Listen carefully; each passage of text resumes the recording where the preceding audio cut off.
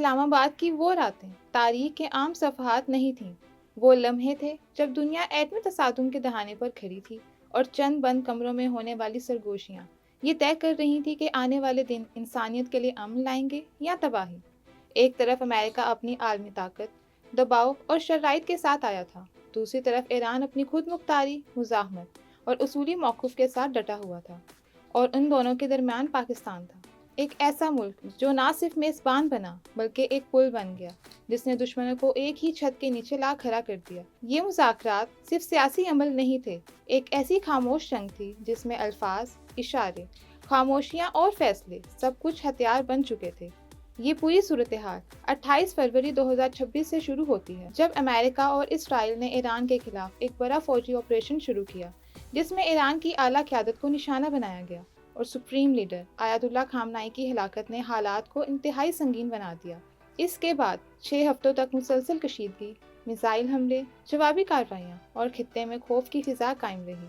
خلیجی ممالک میں ہنگامی حالت جیسے حالات پیدا ہو گئے، عالمی منڈی میں تیل کی قیمتیں تیزی سے بڑھنے لگیں اور خاص طور پر آبنائے ہرمز، جو دنیا کی توانائی کا سب سے اہم راستہ ہے، ایک ممکنہ بحران کا مرکز بن گئی۔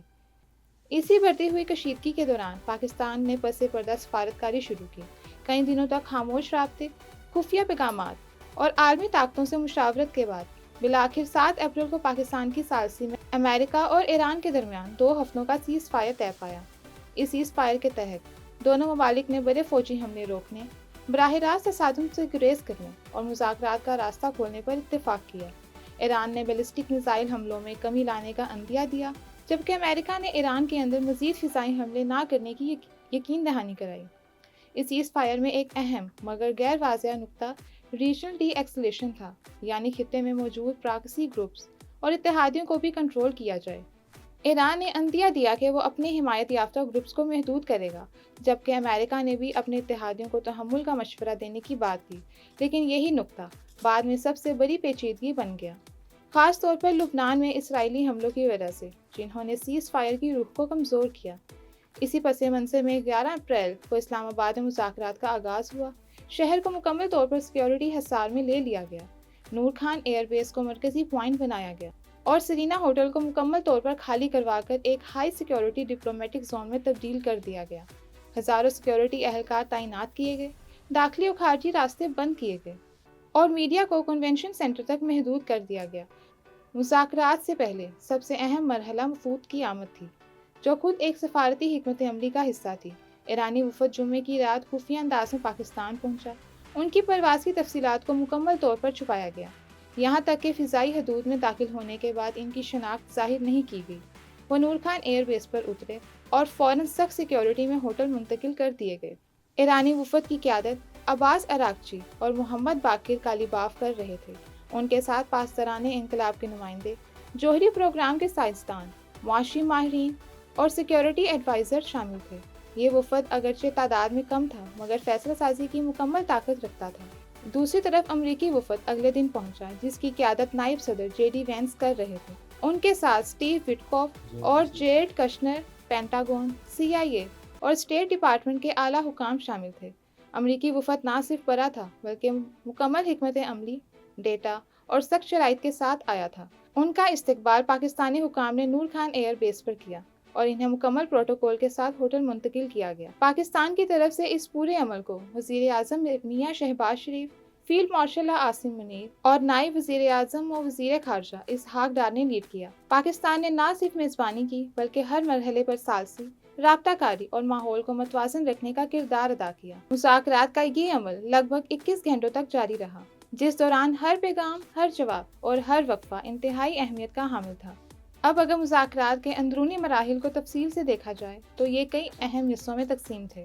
سب سے پہلا مرحلہ سیز فائر کے استحکام اور توسیع پر تھا۔ ایران نے واضح کیا کہ لبنان میں جاری اسرائیلی حملے سیز فائر کی خلاف ورزی ہیں اور اگر یہ نہ رکے تو وہ سیز فائر ختم کر سکتا ہے۔ ایران کے صدر نے بھی یہی موقف دیا۔ امریکہ نے اس کو تسلیم نہیں کیا اور کہا کہ لبنان اس سیز فائر کا حصہ نہیں۔ یہی وہ نقطہ تھا جس نے مذاکرات کے آغاز میں ہی ماحول کو کشیدہ بنا دیا۔ دوسرا مرحلہ اعتماد سازی اقدامات کا تھا۔ پاکستان نے تجویز دی کہ دونوں ممالک قیدیوں کا تبادلہ کریں، انسانی امداد کی اجازت دیں اور میڈیا میں نرم رویہ اپنائیں۔ ان نکات پر جزوی اتفاق ہوا مگر مکمل معاہدہ نہ ہو سکا۔ تیسرا اور سب سے اہم مرحلہ ایران کے جوہری پروگرام پر تھا۔ امریکہ نے مطالبہ کیا کہ ایران یورینیم افزودگی محدود کرے، اپنے ذخائر کم کرے اور عالمی نگرانی قبول کرے۔ ایران نے اس کو سختی سے مسترد کیا اور کہا کہ یہ اس کی خود مختاری اور قومی وقار کے خلاف ہے۔ یہی وہ سب سے بڑا اختلاف تھا جس نے مذاکرات کو بار بار روکا۔ چوتھا مرحلہ معاشی پابندیوں کا تھا۔ ایران نے مطالبہ کیا کہ اس کے منجمد اثاثے واپس کیے جائیں، تمام پابندیاں ختم کی جائیں اور جنگ کے دوران ہونے والے نقصان کا ازالہ کیا جائے۔ امریکہ نے اس کے جواب میں مرحلہ وار پابندیوں میں نرمی کی تجویز دی، جسے ایران نے ناکافی قرار دیا۔ پانچواں مرحلہ خطے کی سیکیورٹی کا تھا، خاص طور پر آبنائے ہرمز، خلیج فارس اور لبنان کی صورتحال۔ ایران نے کہا کہ وہ آبنائے ہرمز پر اپنا کنٹرول برقرار رکھے گا، جبکہ امریکہ نے عالمی تجارت کے تحفظ پر زور دیا۔ چھٹا مرحلہ پراکسی وار کا تھا۔ امریکہ چاہتا تھا کہ ایران اپنے حمایت یافتہ گروپس کو کنٹرول کرے، جبکہ ایران نے امریکہ سے نان ایگریگیشن گارنٹی مانگی۔ مذاکرات کے دوران کئی بار ایسا محسوس ہوا کہ معاہدہ ہونے والا ہے۔ مختلف ڈرافٹ تیار کیے گئے، کچھ نکات پر اتفاق ہوا، مگر ہر بار کسی بڑے اختلاف کی وجہ سے بات رک گئی۔ یہ ایک مسلسل اتار چڑھاؤ کا عمل تھا۔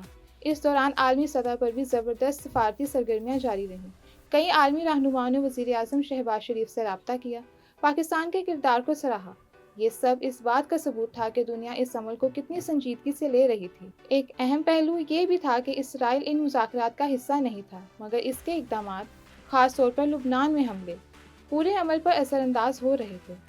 نیتن یاہو نے واضح کیا کہ اسرائیل اپنی کارروائیاں جاری رکھے گا، جس سے ایران کا موقف مزید سخت ہو گیا۔ آخرکار، طویل اور پیچیدہ مذاکرات کے بعد کوئی حتمی معاہدہ نہ ہو سکا، مگر ایک اہم کامیابی ضرور حاصل ہوئی۔